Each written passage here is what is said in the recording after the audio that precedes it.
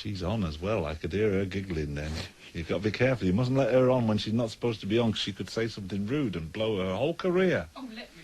Oh, what? No. What was I saying? Oh, yes, foot out the duvet. Are you, Julia, just quickly, now that you've had your microphone on, are you the sort of person who can get up early in the morning, or are you a late person? Well, actually, I mean, I don't naturally get out of bed early, has to be said, but I make myself sometimes. But I do have that muso tendency where I long to lie in bed all day. And people who actually get up and go to work when it's still dark, I have no concept of this. I mean, I know I used to do it at one time, but I can't believe they do it, because I think it's so admirable. They should all be paid double just for getting up early. But then again, I do like to be in my pyjamas, tucked up with my Horlicks by midnight. So, I'm just a hopeless rock and roller, Sure, really. the menfolk round the country are pleased to hear that, I can tell you. Not a late bird by any means.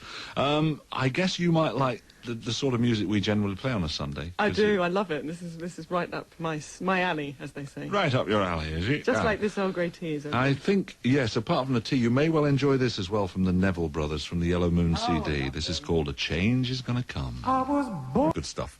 Right, we're back with our featured artiste today, the second, because we've got Clannad as well. So you don't mind sharing with Clannad? Well, you see, it's very, very apt that we're sharing with Clannad, because our wonderful drummer, Aaron Amoon, which is a pretty impressive name as well. Sorry? We have to... Aaron Amoon.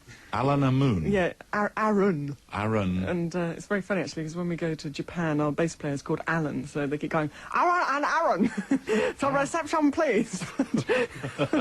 But anyway, Aaron is also on tour with Clannad, and... Yeah.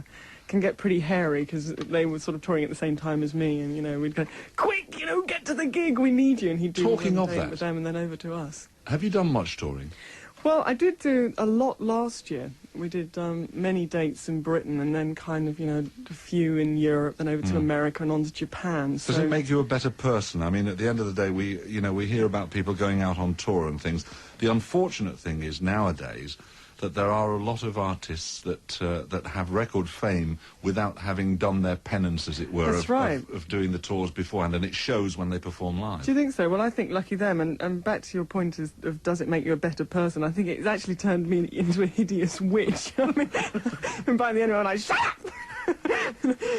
I don't want to get out of bed. I can't bear another interview. I mean, it's such a wonderful experience. I mean, when I first did it, just, getting in a sort of, seedy minibus with all these, musos and going up and down the M1 seemed like a fantastic idea. When you've been doing it for 5 years, it's like, show me another seat with, a Mars bar packet and somebody breathing cigarette smoke in my face, and I will kill. And... And the truth is out now. The truth is out. I thought you were such a sweet girl, but obviously you've had this... obviously not. You've had this ground training in grit. I've had a ground... you? Oh, God, that's right. But I mean, it is such a brilliant way to travel, and that, I think, is one of the most wonderful things about my life. I mean, apart from the fact that I'm actually paid to be creative, which I always find pretty impressive. Does that help? Do those things help in your thoughts about writing songs as well? I don't know that they do, because I tend to write, really about people and situations and maybe the odd bit of world politics, and I don't think sort of, Manchester or even Tokyo is going to influence me in any way necessarily about my songs. But I think that if you are well-travelled, as I am, I think it gives you a much better perspective on the world and life. I mean, it's such an enriching experience. So would I be right in assessing this as you like to perform on stage before a live audience, but you could live without all the hassle of getting to and from the gigs? If they wanted to come to my flat, I'd be delighted. Well, we shall find out how many people you can get in your flat, and no doubt we'll have a few audiences queuing up later, but we want another song from you now. Okay, I might have to... So, you and Miles and Dominic, have a Okay. swig of the DLT first, clear the tonsils out, and get organised. What are we going to have this time? We're actually going to do... This is my favourite song, what I wrote, in fact, and I liked it so much we named the second album after it, and it's kind of quite hard to do with just the three of us, as you're probably about to witness. But heavens, we're professionals. You're being paid 7.5 pence for this, so here we go, boys. I want to start on my own, don't I?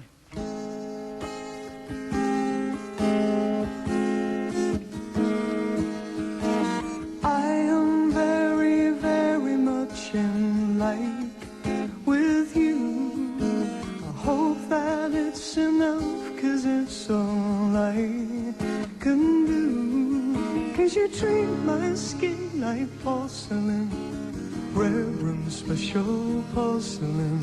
Even though you know, I know you know that this is not the real thing. Oh, isn't it enough what I'm giving to you, baby? Oh, wasn't it enough that your kisses drive me crazy?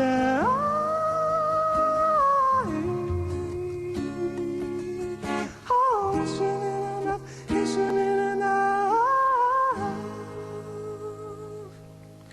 I read a book like you, it says for what it's worth, people only really get what they deserve. And I hear a voice cry out within, relax, enjoy the porcelain. Treatment feels like liquid gold, a treasured hand for me to hold. Oh, isn't it enough what I'm giving to you, baby? Oh, isn't it enough that your kisses drive me crazy?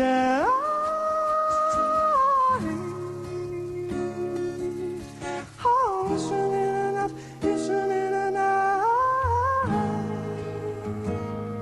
And in the beat,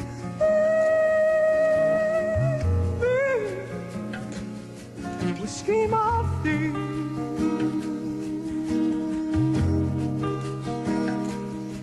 Beyond the rare and special, we're porcelain.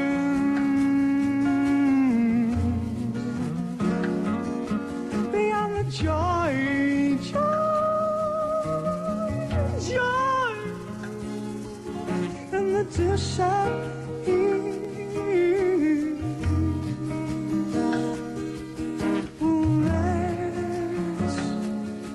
There's a place for me.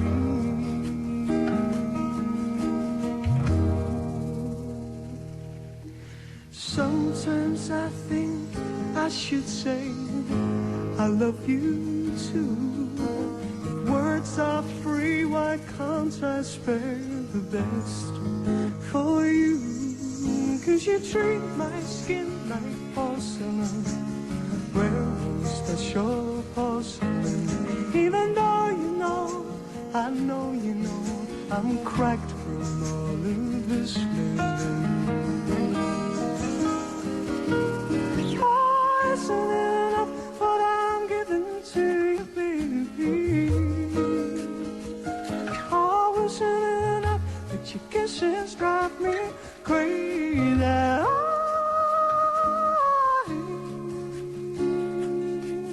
Oh, isn't it enough? Isn't it enough? Isn't it enough? Isn't it enough? Isn't it enough? Isn't it enough? Isn't it enough? Isn't it enough? Ah, and you get the fade as well. Wonderful, love it to death. Wonderful stuff. That's really nice. I am thrilled because I knew that the sound would be great on the show, even though there are only 3 of you. There must be a temptation to overproduce when you're in a studio. Is there that temptation? Yes, I think there is, and if I'm very honest with myself, I think I was probably slightly guilty of that on the first album. Yeah. But I think that's because I spent, all my life, doing my songs with just me and a guitar. Yeah. And then when I got into the studio, I was like, oh my God, all these tracks and twiddly knobs and, suddenly this wonderful opportunity to work with great musicians. And I feel that with the second album, I actually progressed in a way because I've learnt that the temptation to put on things is sometimes quite unnecessary, and the sparsity of an arrangement, especially with the sort of things that I do, can actually have more impact because, Absolutely. less is best. And, Yes. I mean, on some things, I think that's the real art, then learning, when you should in fact have more things. And I think, I'm still in that process of trying to find the balance between which songs to treat as like little acoustic, organic kind of like songs, and which to really go all out on. So, you know, album 3 should be quite interesting. The problems of a star, I don't know. It's too much, really, isn't it? More from Julia Fordham live on the DLT show a little later on. Here's Quincy Jones.